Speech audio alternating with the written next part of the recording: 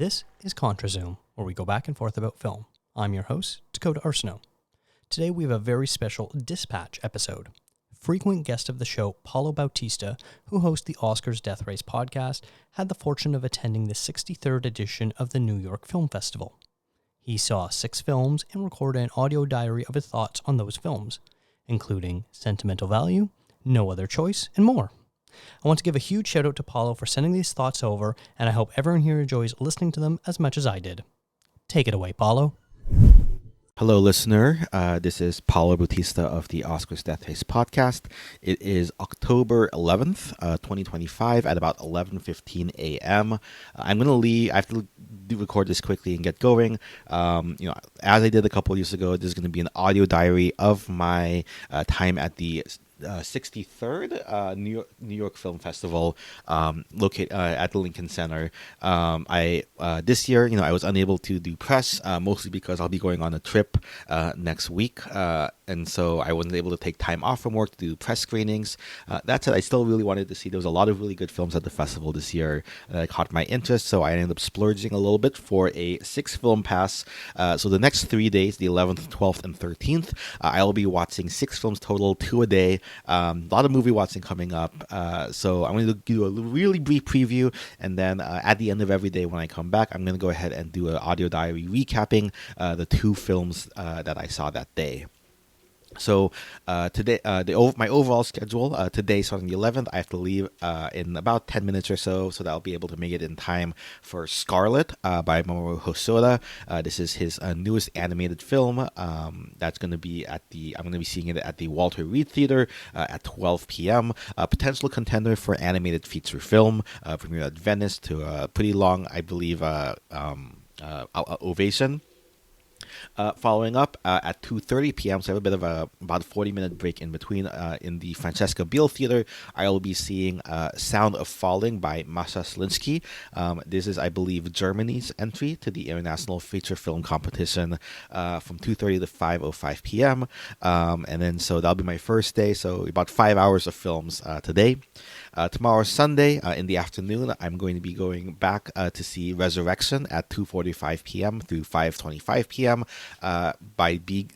Resurrection is a science fiction film by Chinese director Bi Gan, but premiered at Cannes, great reviews. Not, I don't think, in the Oscar race at all, especially since China didn't select it for its international feature film. But I've heard really good things about it, and I'm a pretty big fan of sci-fi, so excited to see this one. I think there's someone from the Academy of Death Racers Discord who may or may not be there, who I'm going to try to catch up with. This is at the Francesca Biel Theater. And then I have about 35 minutes or so before I see Best Picture contender, international film submission for Norway, Sentimental Value by Joachim Trier at the Walter Reed Theater at 6 p.m. This was, definitely one of the films I think I want to catch before earlier on in the race, so that I'm able to talk about it, since it's likely going to be a Best Picture contender. So that's going till 8 p.m. or so, 8:14 p.m. or so. Luckily, we have Monday as a holiday here in the U.S. So on the 13th, so initially I actually had tickets for No Other Choice at 9:15 p.m. because that was the only one I was able to get, but I was able to find somebody on the New York Film Festival Discord to trade with. So I'm actually going to be starting at 9 a.m. Seeing Park Chan-wook's Korean submission film for international feature film, No Other Choice, starring Lee Byung-hun. That one's going to be really exciting. Starting at 9 a.m. And then I'll have a little bit of a break before watching Magellan, the Lavdia's short film that's 2 hours and 43 minutes long, about the Portuguese explorer. This is appropriate, since I'm actually going to be I'm Filipino. I'm going to be going back to the Philippines as part of this Asia trip that I'm kind of scrambling to pack in between these films. That's going to be 12:15 to 2:58 at the Francesca Biel Theater. So again, a lot of film coming up the next couple of days. Next time you hear me will be later this evening, after I've seen Scarlet and Sound of Falling. So if you'll excuse me, I have to go finish cleaning up and getting ready so I can head out and get to Lincoln Center. Okay, so it is now October 12th at about 11:40 a.m. I was not able to record last night. I got home and then had to immediately go into packing for our trip to Asia next week, so couldn't record last night. That said, before I head out to the film festival today, I wanted to make sure I got my thoughts from the films I saw yesterday. 絶対に絶対に探し出して仇を討つ。これは夢か。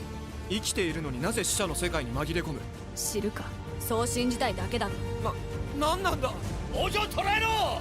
戦いをやめなさい。武器を置き話し合おう。現実を受け入れろ。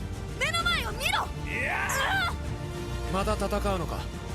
それが私の人生だから。 So first up, I saw Scarlet, the new anime film by Mamoru Hosoda, inspired by William Shakespeare's play The Tragedy of Hamlet. This was playing at 12 p.m. I came a little bit late. There was a little bit of traffic on the way to the Lincoln Center, so I came out 5 minutes late. But it looks like that most of the footage in like the first 5 minutes are essentially flashbacks, flash forwards to the rest of the film. So I don't think I missed too much.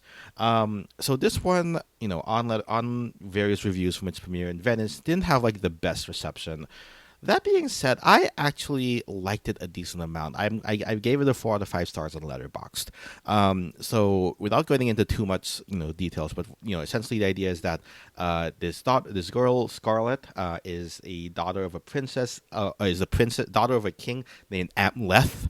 Basically, Hamlet with the H moved to the end, and she is on a quest to avenge her father who was killed by her uncle Claudius. And then from there, she ends up, you know, as in many Hosoda films, moving to this mystical, surreal world where, you know, she meets a young man named Hijiri from modern-day Japan, who then basically, she goes on a quest to try to avenge her father against Claudius in this surreal world. But the question at the end of the film is, you know, can you break the cycle of hatred and revenge and find meaning in life beyond that?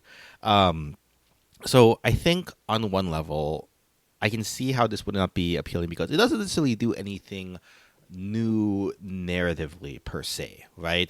It's a pretty generic story of revenge, and then, you know, minor spoilers, but essentially learning to move past revenge in one's life and finding a meaning in life beyond that. And I think, you know, there is some comparisons that could be made to Miyazaki's Boy and the Heron, which was nominated for the Oscars, obviously. I actually remember when that came and screened, I definitely called it that was going to win animated feature, and people did not believe me because they said Spider-Verse was going to win. Anyway, there are a lot of parallels there in that it like the protagonist essentially moves to this surreal, kind of almost afterlife, but not quite world. Where, you know, they face souls from around the world, like they run into souls. There's this, you know, lush environment, and then it ends up, you know, learning to you know figure out what to do with their life, basically. And, you know, I think it doesn't necessarily compare favorably in that, like, Miyazaki's hand-drawn animation and just like the lushness of his, you know, surreal afterlife world in Boy and the Heron is just so well crafted. Not to say that Hosoda's isn't. It just feels relatively empty, and part of it is that, like, the world building of Miyazaki is definitely one of his strengths, where he creates these landscapes and worlds that you feel like you could live in. Right? That's, you know, one of the appeals of, like, say, Princess Mononoke or Spirited Away or Howl's Moving Castle. Like, these are worlds where even if you don't know everything going on, just like the vibe of the world is so great. Hosoda, I would say, right, he has always been a more, and this is getting into like my anime nerd side, so a little bit biased, but he has always been a little bit more of a technical artist, right? And to some degree, somewhere between Miyazaki and Makoto Shinkai. I feel like Hosoda has been more willing to take on the, you know, using CG, for example, in his worlds, right? Like, he was the one who did the Digimon movie many years ago, right? Like, some of his other works, you know, make use of these CG animations, such as Girl Who Left Through Time, or Mirai, or Belle, you know, Summer Wars is another top one, right? Like, these are all films, I think, and here I think he has done his best work with his CG, I think, in this film, right? Like, and this is the first film where, like, most of his films have some degree of, like, an alternate world, right? Be it the digital world in Digimon or Summer Wars, or another fantastical world like Belle or Boy and the Beast. You know, Scarlet's first was really not really tied to, like, a digital space, except for maybe Boy and the Beast. And so, but like the quality of the CG animation is kind of top notch. Like it almost it's so photorealistic, even more than like a Makoto Shinkai film might look like. Now, narratively, again, the story is pretty straightforward. You can kind of see where the so-called twists will come, and kind of like the message he's trying to say. And there's definitely like an analog. Like the King Claudius definitely has shades of a certain real life politician who I'm not going to mention. And some things like words about like forgive, but who are they forgiving? Are they forgiving the world, forgiving them? And I would say maybe the voice acting, right? Maybe it wasn't the best. Like the Scarlett's actress, has a lot of screaming, which I don't think is like the best characterization. That being said, I still think that the overall message was great. I think the technical accomplishment here was really good, and it was a vibe, right? It definitely was like I think a vibe that maybe it's not everyone's cup of tea. Maybe because I'm just more familiar with Hosoda's work and I kind of know what to expect out of one of his kinds of works. It fits. If you're looking for something brand new and never seen before, I don't think this is necessarily it. But I think this is clearly a work that a work that could only come from, at least on a technical level, from Hosoda's perspective.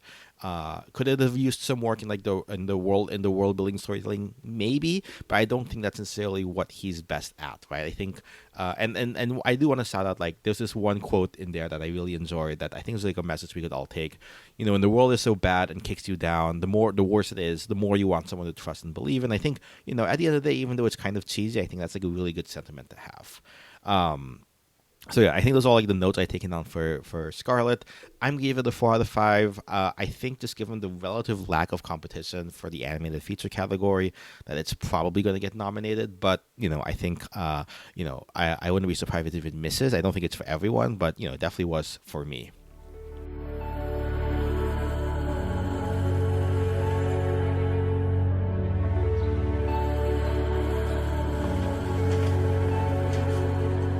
Hey, Dylan.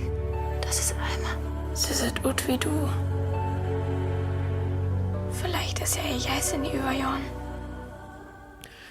Okay, and then the next film I saw was Sound of Falling. So between Scarlet and Sound of Falling, I had like a 40-minute break. So I walked up from Lincoln Center to the Chipotle on 72nd Street, if you know where it is.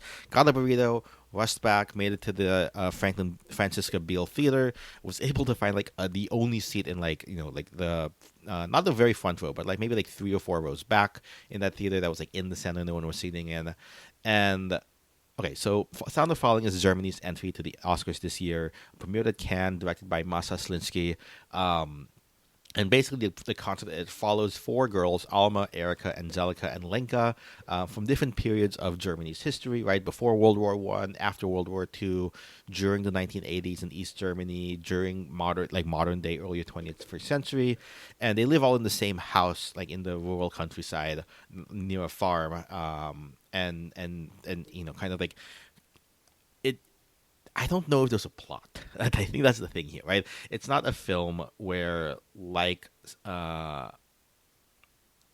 not a film where there is a cohesive like beginning, middle, end. It has a very obviously, from the multiple timelines, non-linear story. But even within that, I found it somewhat difficult to track between.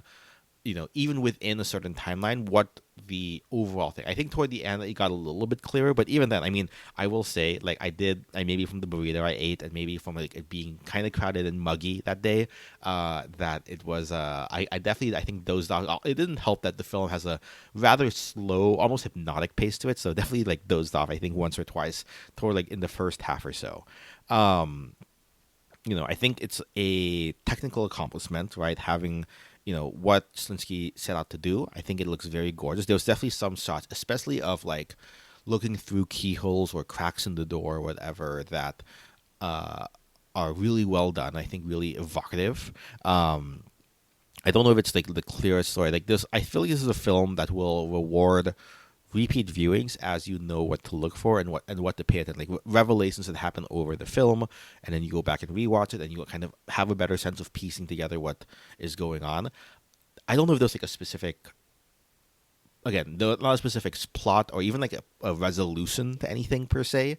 It's just it's almost like not quite slice of life, but it's definitely just like a almost like a people have compared it from what I've seen like home footage, right? Like when you watch a like a home video from when you were a kid, saw it on VHS if you're my age.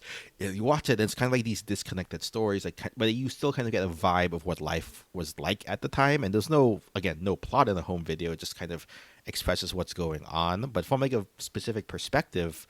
And I think that feels almost going on here. I would have liked perhaps if, for example, right, like Zone of Interest, right, which was nominated for international feature film, and won. That one was a film where the fact that like the location of the film in proximity, the location became a character in and of itself. And while to some degree, like over time throughout the film, you got a bit of a sense of like the layout of the house and how it relates to thing, and then especially with the different characters interacting with different ways, you got a little bit of a sense. But I feel like I would have liked if they say like if the setting can become a character in and of itself, right? So I think I would have liked if the house itself became a little bit more of a setting, and more of a central piece, since that conceit is so strong. I think there are a lot of themes going on in here, about adolescence, about loss, about growth, puberty, and all of these different things going on, that can be unpacked and are wrapped up in here. And I'm just gonna say it: I don't think I'm smart enough to fully understand this movie, at least on the initial watch through. So this one probably warrants a rewatch, to fully appreciate. I think on a technical level, again, one of the best films that I've seen this year. On a how much I could get into it level, not quite there. So I think it evened out for me to like a 3 out of 5 overall. I will say it's a little bit avant-garde. I don't know if this is going to, having seen it now, I don't know if it's going to fully get a nomination. I think it'll probably make the shortlist, but it might be a little bit too avant-garde. The long runtime, I think, doesn't help with it potentially getting nominated, especially with a lot of really strong competition this year. So. One that I think is worth following. Don't go in on a full stomach where you might be sleepy and end up dozing off. But also, I think if you're going to watch this, I think you should maybe plan to try to watch this multiple times if possible, at least twice. All right, so that is everything that I watched yesterday on Saturday the 11th. I'm going to head out soon, go to church, and then afterwards do some errands, then go. And then later I will be watching Resurrection by B. Gunn, and then also Sentimental Value later in the evening. So hopefully we'll have some thoughts for you later this evening. All right, so it is 5:30 p.m. on Sunday the 12th. I just got out of Resurrection here at the Francisco Beale Theater, and normally I'm recording these at home when I get home, but we have a very special guest who was sitting next to me at the show, so I want to get an audio diary with his thoughts. So why don't you go ahead and introduce yourself? Hi, I'm KF. I've been on the Oscar Death Race podcast a couple times. I sent in voicemails to talk about my movies and my Oscar prediction thoughts with Paul before, so it's awesome to be here in person and get to talk about Resurrection with you, because I really like the movie and we had a lot of thoughts. Yeah, no, I mean, he came up from Florida to the New York Film Festival specifically for this movie. Resurrection. So. Yeah. All right, so let's start. What are your overall thoughts? I guess spoiler free is. Spoiler free, yes. My overall thoughts is that, so I've been a fan of Bagan since his 2018 film Long Days Rainy Night. If you were able to see it in 3D, that's a very special film. And I was really expecting I was going into this movie kind of hoping to love it. I did really like it, but I don't know if it all connected for me immediately. It's definitely one that I'm going to need to rewatch and think more about. The opening 25 minutes were stunning. It kind of blew me away, and I think it sets the tone really well for what Bagan wants you to feel, like the emotions that he wants to invoke with the movie. As a film when I saw I felt my interest waver a little bit, but it really brings it back with those last 30 minutes. There's a huge winner set piece that's amazing and really makes the movie. I came out feeling super positive on it. I think it's probably would be a 4 or maybe a 9 for me, or a 4.5 for me. So it's pretty high up there. as of right now. Yeah. Yeah, I think this one feels. I think this is in the description. So like they say it's like a science fiction film in like 5 chapters, right? Yeah. And it feels almost like it's almost more an anthology film, right?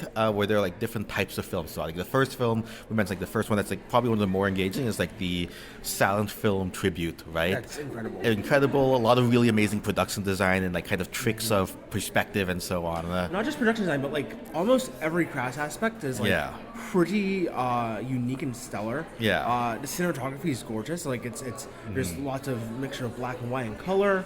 There's lots of deeper contrast in it. It's pretty incredible what he's able to pull off in that first section, that first 25 minutes. Yeah, and then like the second one was something about like almost like a noir-esque type thing with like a lot of mirrors going on. I thought the colors there were like a little bit more muted, a little bit harder to like distinguish things going on. Third one was almost like a not quite kung fu, almost like a Buddha type story, right? Of like this guy wrestling with his own demons or so on in like a monastery, like a temple, and like it's like a sacred place. But this one is probably where it kind of kicks in the plot a little bit more, where the idea about the Delurians becomes more formed. And the premise, right, is again in this thing is like the idea is just like literally the first slide, like it's a premise setup. It's like there's a way that humans can live forever, but it's to not dream. And those who can dream, who do choose to dream still, are called Delurians, right? Like the Delurians. Exactly.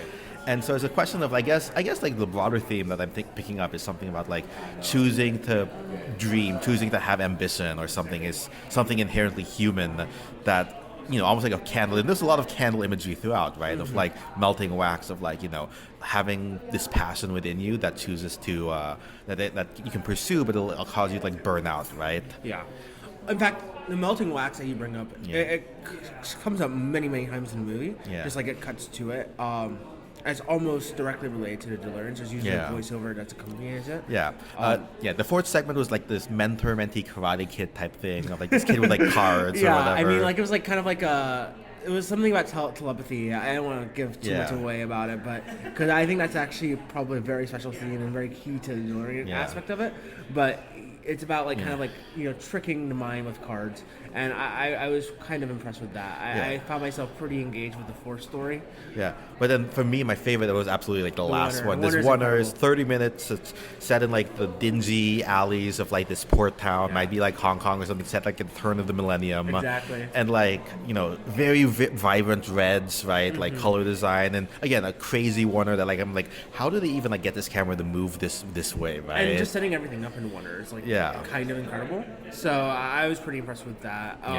You know, I didn't remember. I remember hearing about the Warner, and I came out, you know, it surpassed my expectations. Yeah, exactly. So I mean, I think our overall thoughts are generally positive. Don't quite fully get it together. I will say I understood there was a little bit more than Sound of Falling. Yeah. Still not 100%. And I think that this film is one of those that where you kind of want to rewatch it now that you fully understand. I feel like, you know, anthology, it almost feels like we were talking this before we recorded, that it's almost as if he had these ideas for these kinds of films he wanted to make and came up with like Delirious story as something that would tie them all together, which also has something to like, he says like something, there's a line about like using like, you know, the ancient language of cinematography to communicate, right? But it's just, you know, very, you know, movie maker loving movie language, right? Yes. So, and I think he accomplishes it. I think if we're talking about how he uses cinematography to like move the story along, it's definitely there in the movie. So I think it's impressive. I think it's one that you should catch.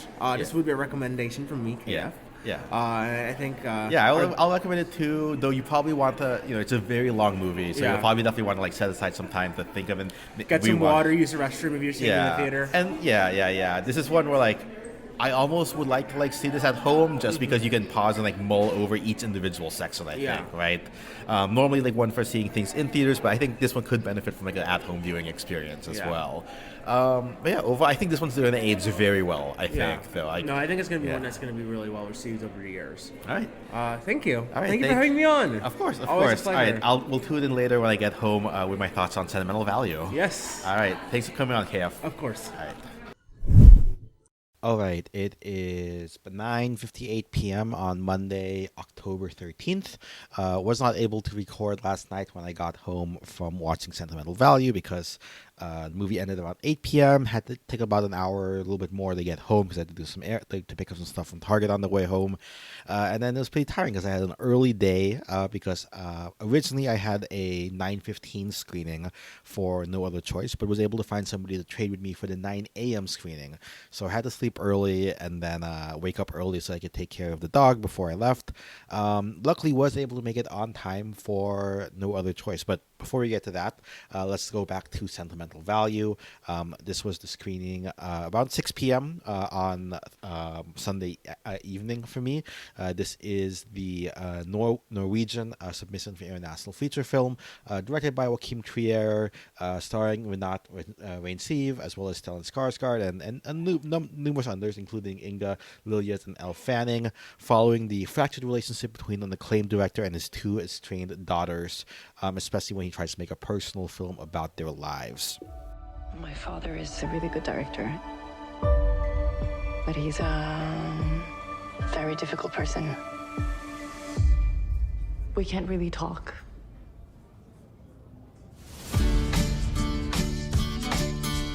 Gustav Ford! Thank you for coming. You working on anything new? Something like that. Kommer du med pappa? Nej, han drakk ikke. Eller ja, tror det. Går det bra? Ja, det går bra. So, I'd seen, obviously, during the Oscars Death Race, Trier's previous work, Worst Person in the World, which was nominated for Original Screenplay on top of International Feature Film. And then on top of that, obviously, last year, I believe, we had Reinsiv playing a role in the A Different Man. Interestingly, she plays the same... I find that she's getting into this type where it's the same kind of person who doesn't quite completely have their life together entirely, but is still doing their best. I feel like that's kind of been kind of like a similar vibe for like the last couple of roles I've seen her in. Anyway, the other part is obviously right. Like this is obviously a front runner for the Oscars.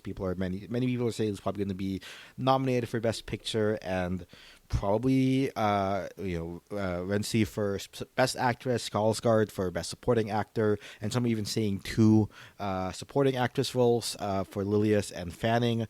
Personally, I think it might be a stretch to get 2 supporting actresses in there. I think Fanning is like a slightly stronger one of the 2 in the performance overall. Not to say that Lillias doesn't do a great job. And compared to the other films, Scarlet aside, which, actually compared to all 3 films I had seen up to this point, all 3 films prior didn't quite have like the most solid of plots per se, right? Like, I can't, aside from Scarlet, is kind of like a bit more vibe based, but there's still somewhat of a plot going on there, right? But it's hard to really say that there was like a rising accent, a climax, and so on, falling accent for across the storyline for Resurrection and for Sounds of Falling. And so this was like the first real like truly narrative story, I think. And similar to what we saw in Worst Person in the World, and to some degree, right?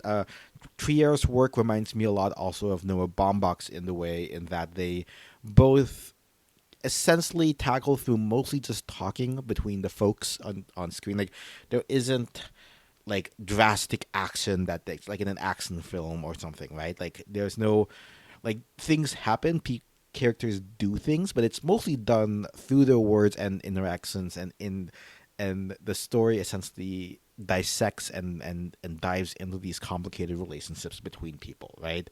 Both Trier and Baumbach's films do that. And, like I'm thinking mostly of Wedding Story is the one for Baumbach that comes to mind, but also Frances Ha to some degree, right? And it kind of follows along the same way, right? And there are a lot of themes in Sentimental Value, I think, that are nicely wrapped up, right? About loneliness, about depression, about art and creating art. Obviously, I think this will play well with the Academy because it's a film about a director and actors working and the kind of the collaboration and the class and how art can be very personal, but also kind of like the sacrifices you need to make art. But then if you're making sacrifices, is that still the art that you want to make, and so on, right?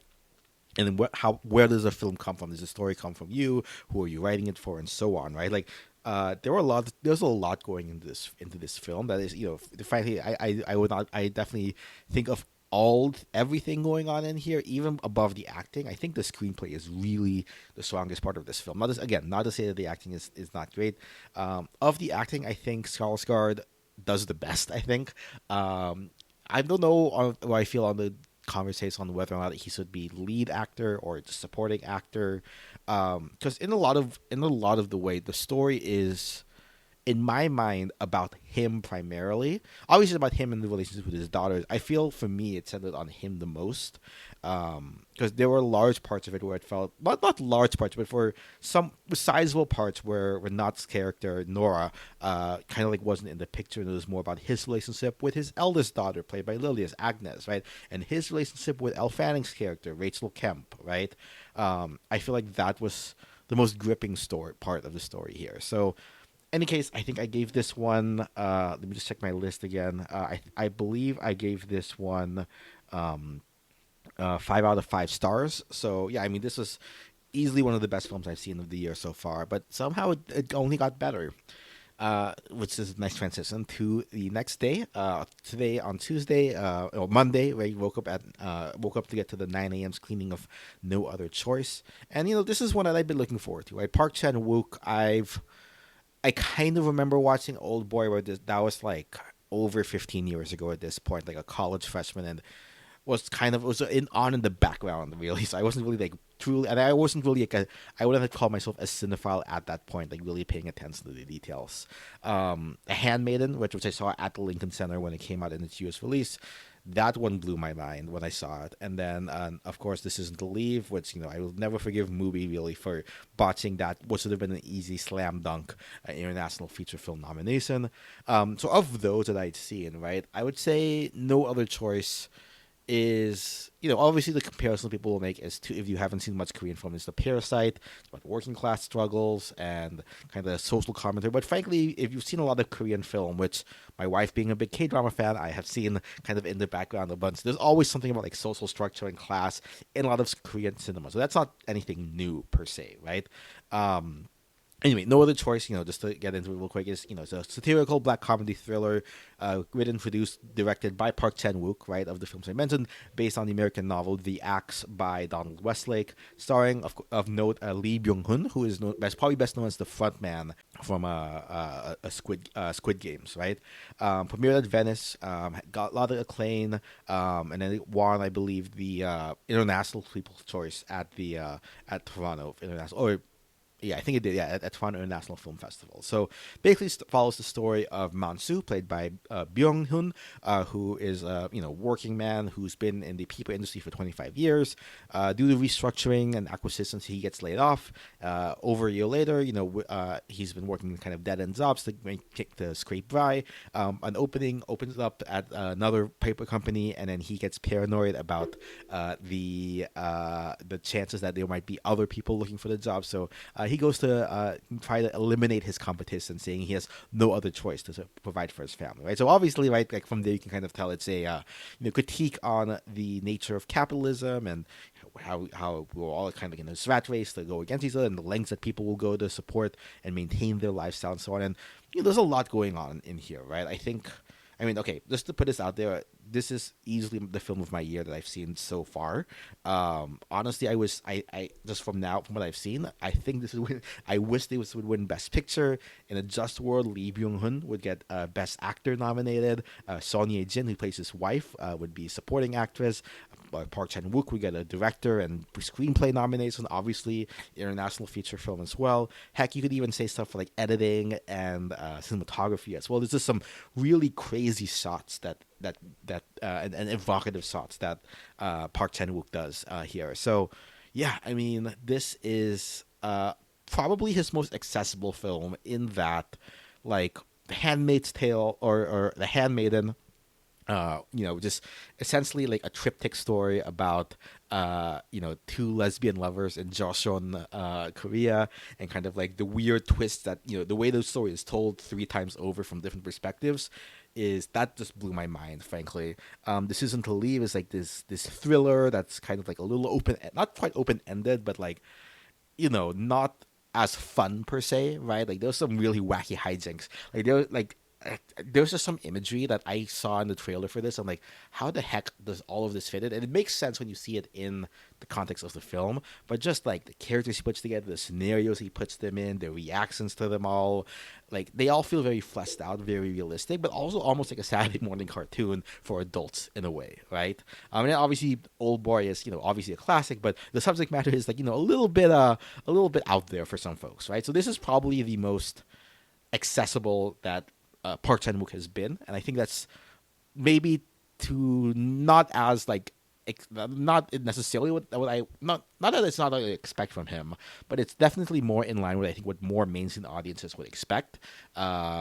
Which maybe some of the rough edges or the sharper edges, I guess, of like what he has, like his raw genius that I've seen from his other films, maybe doesn't quite shine through as strongly, or it shines through but in a different shape that I think is more digestible, right? So it's weird. I don't want to say he sacrifices any of his prowess as a filmmaker here, but it's definitely been molded into a way that is more appealing to a more general audience. And I hope this one pops off. I hope this one does really well and can surprise. Obviously, has a kind of it kind of has a tough competition. It's probably third of Neon Slate behind It Was Just an Accident and Sentimental Value. But I would love to see this one get. Like I said, probably my film of the year so far. And then about an hour after, going to see No Other Choice, stopping by 8 Smart to get a quick Korean lunch because, of course, I felt I had to after watching No Other Choice. The film that convinced me to actually go ahead and get a 6-film pass for the New York Film Festival was Magellan by Lav Diaz. So Lav Diaz is a Filipino director. I've talked about him before on Contra Zoom Pod, and he is perhaps best well known for his hyper long films. His most well known film, which is Evolution of a Filipino Family, is over 10 hours long, basically, right? And so in contrast, like Magellan, which is basically 2 hours 45 minutes, relatively a short film for him. Like one of my dreams one day is to just somehow be able to watch all like an entire Lav Diaz film that's like the 6-hour version, like just in theaters for just like that long, basically. Anyway, Magellan, tells the tale. There's not really much to spoil here, given that it is a historical figure. It follows the story of Ferdinand Magellan, the Portuguese navigator who basically is credited with being one of the first people to lead a circumnavigation expedition around the world. Technically, he did not make it all the way around from. He did it under the Spanish flag, under the Spanish flag to go around, past the Atlantic, across the Pacific to the Philippines. Gets killed in the Philippines, and then 18 of the 270-ish crew members make their way back to Spain. Technically, he had actually spent time at the at the Indies, at the Indies, right? And the whole point of the trip was to get around the world to find another way to get into the going east under Africa to go, west under under South America, underestimating how big the Pacific was. But in any case, also, some say that's what led him to be the first to circumnavigate. Anyway, this is a story about that, right? And growing up as a Philippine American kid, there's this like little story that there's this little song that we learned at some point, like in March 1521, when Philippines was discovered by Magellan, and it goes on from there, and then how he gets killed by the Datu Lapu-Lapu, basically, right? Because Lapu-Lapu, being essentially did not choose to convert to Christianity, which obviously as someone flying under the Spanish flag, Magellan was kind of interested in converting the locals, so to speak. Happy Indigenous Peoples Day, by the way. Anyway, this Lav Diaz film, so back to the film itself. It's long, right? It's still 2 hours, 45 minutes, and Lav has this particular style. I imagine this is part of why his films. He lets his film, the shots breathe. Like, if Park Chan Wook has a very dynamic, creative, inventive, with a lot of like dolly shots and moving around and changing of focus of his shots, in interesting ways, right, that really catch the eye. Diaz's film, like his cinematography style, is really almost like art museum-esque. He basically sets up the shot, composes the shot really beautifully, and then just lets it breathe. He lets it sit for 30, 60, even longer without panning, tilting, zooming in, changing focus. He just lets the action play on screen, and the action is not that fast, right? It's almost like it's almost observational. A good example would be like Zone of Interest to some degree, though that obviously had a little bit more motion to it. But even then, Zone of Interest had the camera cutting between different shots where they had different cameras set up from different perspectives. This was just like one shot that just breathed, right? And you have sometimes like a character, like a start with no one in frame, and then the character enters frame, and then kind of makes their way slowly into the foreground, background, left to right, and then finally exiting the frame. And then it sits a little bit more, and then there's no score really to the film. It's basically just all ambient noise of just like nature, mostly nature, right? The wind, the waves, the sound of birds, of insects, fires crackling, right? Like all of these different noises, and you kind of get lost in it. And again, the composition that Diaz has is, it almost as if you are going into an art museum, and then each shot, right? Each 30 to 60 shot was just displayed in a frame, and you just stood there and watched it, and you go to the next one. It's a different shot, different composition. They're very picturesque, almost like dioramas in a museum, right? And I didn't know the full Magellan story. Obviously, not kind of like my interest had always been like at the point at which he enters, and when he gets to the Philippines, and then what happens there. But obviously, there was like a whole lead up to it from his time, even before he was in Spain and Portugal, when he was again working in the Indies, and then coming back, and then I checked my watch, and it was like a full hour into the film before they actually set out on their expedition, which is kind of crazy when you think about it. And then there's like another hour or so before they actually got to the Philippines, and then there's mutinies, there's trials, there's some shots on the sea, right? There's still shot actually going back to that. Sometimes the camera is set up as if you are like looking up at the sky from somewhere on the deck of the boat, and you see the sailors lying there, some of them like suffering from scurvy, and you just kind of see, and then you see like the waves, the horizon moving, because even though it's a still setup of a shot, it is on a moving boat in the water, right? And you kind of see that. And then there's like another interesting bit, which I'll go into a little bit more detail here, because again, it is kind of like a historical figure, and there's not really much to spoil here from hundreds of years ago.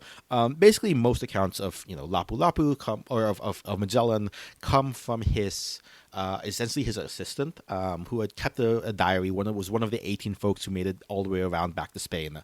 And they gave this account of essentially how, Lapu-Lapu Datu being a Filipino kind of like lord of the region at the time, essentially went into battle with Magellan, and he ended up dying. And now Diaz, and apparently, I did some research, he did in a 7-year research for the film, ended up coming to the conclusion that Lapu-Lapu might not actually be a actual figure, but more like a legend told by the other kind of like chieftains who are maybe upset with his trashing of their animist religion, kind of opposite Christianity, and he essentially made up Lapu-Lapu as kind of like this mythological figure to essentially trick Magellan into going into fighting, and getting the rest of the common folk against him, and getting killed in that regard. Basically, there's also an interesting character, Enrique, who's again a historical figure who was Lapu-Lapu's Magellan's slave from his time in the Indies, who goes around the world with him and ends up becoming the translator, kind of like a Sacagawea for Lewis and Clark, because he was from the region originally, right? And some say he was Filipino, right? And again, possible spoilers, but again, hundreds of years historical figure. Essentially, Enrique essentially chooses at the very end to betray the Spaniards to get his freedom, right? So obviously, this film deals a lot with the idea of colonialism, of the legacy of Christianity within the Philippines, which again is a very Catholic country, of the idea of mythology and history and these heroes and what it all means, and again framed in the context of Diaz's beautiful breathing shots, right?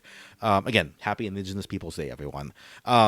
Left me a lot to think about. Again, right after lunch, maybe with the slow pace of things in the early on, especially, but before it got to like the really good stuff of like the trip and so on, and then it's about him mostly complaining about how like this king of Portugal isn't giving him enough money to go on this expedition that he wants to go on. Maybe that might have dozed off once or twice, but overall, I can say I'm happy to have seen Lav Diaz as his first, finally seen a film of his in its entirety. Hope to see more. Shout out to Gael Garcia Bernal, who plays Magellan, kind of very well with, again, not a ton of dialogue here. There is dialogue, obviously, but it's not, not like sentimental value, right, where the dialogue is back and forth and it's like more naturalistic, right? This is very reserved almost, right? So in any case, I don't know if it's for everyone, but I definitely would say Magellan was one of my favorite films. Again, I came in a little bit biased, obviously, being Filipino American myself.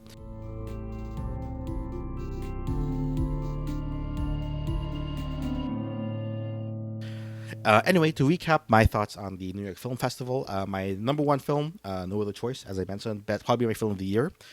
I'll put Magellan second after that, and then Sentimental Value third. All of those are 5 out of 5 films for me.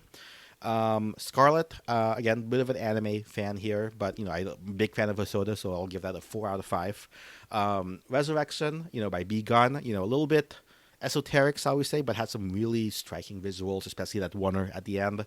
And I'll get a 4 out of 5 for me. That's my 5th out of 6 films. And then lastly, Sound of Falling, not a bad film by any means. I think it probably needs a rewatch for me to fully grok what's going on there. In any case, thank you all for listening. This has been my quick, kind of like audio diary for the 63rd edition of the New York Film Festival. Once again, a huge thank you to Paulo for sending in his thoughts on those 6 films. Make sure you check out the show notes where you can find links to find Paulo and guest Kyle as well.